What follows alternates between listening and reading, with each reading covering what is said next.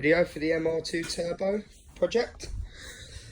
So, job's completed. Fuel tank in.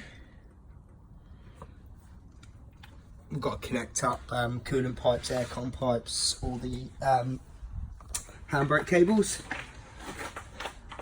All the discs obviously done. Fuel tank was ultrasonically cleaned. My mate's got a big industrial ultrasonic cleaner, so we cleaned it completely out. I jet washed the coolant lines through, and got the engine back together. Cam belt on,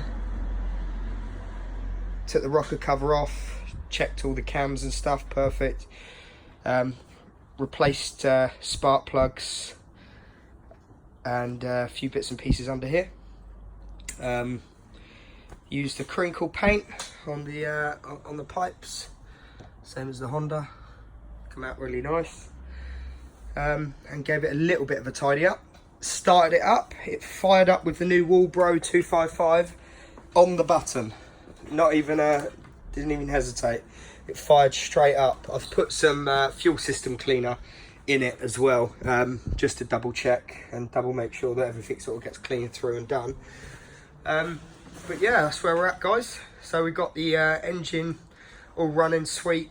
Just a case of giving it a sort of an in-depth service and get the coolant lines on it tomorrow. It's not going to be fun bleeding the system of coolant.